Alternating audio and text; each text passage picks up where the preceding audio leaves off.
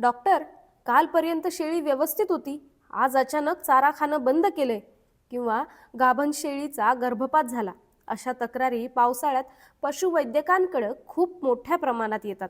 कारण पावसाळा हा गाभण शेळ्यांसाठी सर्वात संवेदनशील काळ असतो. त्यात पावसाळ्यातच शेळ्यांचं गाभण राहण्याचं आणि व्यायचं प्रमाणही जास्त असतं. गोठ्यातला ओलसरपणा, हिरव्या चाऱ्याचं वाढलेलं प्रमाण आणि बदललेलं हवामान यामुळं गाभण शेळ्यांना अनेक समस्या उद्भवू शकतात. त्यामुळं पावसाळ्यात गाभण शेळ्यांची नेमकी काळजी कशी घ्यायची पाहूयात आजच्या या व्हिडिओमधून. नमस्कार, मी स्वराली ॲग्रोवनमध्ये आपल्या सर्वांचं स्वागत. पावसाळ्यात गाभण शेळ्यांचा आहार, गोठा, आजार यांच्याकडे आपल्याला लक्ष द्यायचे. एक एक करून ते विस्तारानं समजून घेऊयात. सुरुवात करूया आहारापासून. पावसाळ्यात हिरवा चारा भरपूर मिळतो, म्हणून तो एकदम जास्त प्रमाणात खाऊ घालू नका. त्यामुळं पोटफुगी, अपचन आणि काही वेळा अंग बाहेर येण्यासारख्या समस्या उद्भवू शकतात. हिरव्या चाऱ्यासोबत सुका चारा, योग्य प्रमाणात खुराक आणि खनिज मिश्रण द्या. विशेषतः व्यायच्या शेवटच्या 3 ते 4 आठवड्यात दररोज 250 ते 350 ग्रॅम खुराक दिला तर करडाची वाढ चांगली होते. शेळीला नेहमी स्वच्छ पाणी द्या आणि महत्त्वाचं म्हणजे पावसाचं साचलेलं किंवा खूप थंड पाणी पाजणंही टाळा. त्यामुळं शेळीला सर्दीसारखे आजार होऊ शकतात. आता पाहूयात गोठ्याचं व्यवस्थापन. पावसाळ्यात अनेक गोठ्यांमध्ये जमीन सतत ओली राहते. यामुळं खुरांना जखमा होतात आणि जंतू संसर्ग वाढतो. त्यामुळं गोठा शक्य तितका कोरडा, स्वच्छ आणि हवेशीर ठेवा.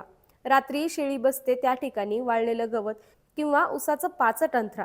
तसंच मलमूत्रामुळं जागा ओली झाली असेल तर आठवड्यातून 1-2 वेळा चुन्याची भुकटी टाका. गाभण शेळ्यांना शक्यतो वेगळ्या विभागातच ठेवा. त्यामुळं धक्काबुक्की कमी होते आणि शेळ्यांकडून संसर्ग पसरण्याचा धोकाही कमी होतो. संसर्गावरून आपण पाहूयात गाभण शेळ्यांमध्ये कोणकोणते आजार आढळतात आणि त्यावर काय उपाय करायचे. पावसाळ्यात गर्भपात, आंत्रविषार, पोटफुगी, बुळकांडी, अपचन आणि श्वसनासारखे आजार मोठ्या प्रमाणात दिसून येतात. त्यामुळं शेळीने अचानक चारा खाणं बंद केलं, सुस्त दिसू लागली किंवा काही वेगळी लक्षणं दिसली तर घरगुती उपचार करण्यात वेळ घालवू नका. त्वरित पशुवैद्यकांचा सल्ला घ्या. आणखी एक महत्त्वाची गोष्ट म्हणजे गाभण शेळीला जास्त ताण येईल अशी धावपळ किंवा लांब अंतर चालवणं टाळा. यामुळं शेळीच्या गर्भावर परिणाम होऊ शकतो. आणि लक्षात असू द्या, निरोगी करडं जन्माला येणं हेच शेळी पालनातील नफ्याचं पहिलं पाऊल असतं. त्यामुळं पावसाळ्यात फक्त चारा वाढला म्हणून निर्धास्त राहू नका.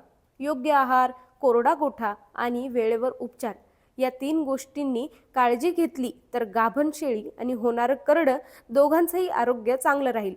तुमच्या भागामध्ये पावसाळ्यात गाभण शेळ्यांमध्ये कोणती समस्या सर्वाधिक दिसते आम्हाला कमेंटमध्ये नक्की सांगा. आणि अशाच शेतीविषयक माहितीसाठी ॲग्रोवनला फॉलो आणि सबस्क्राईब करायला विसरू नका.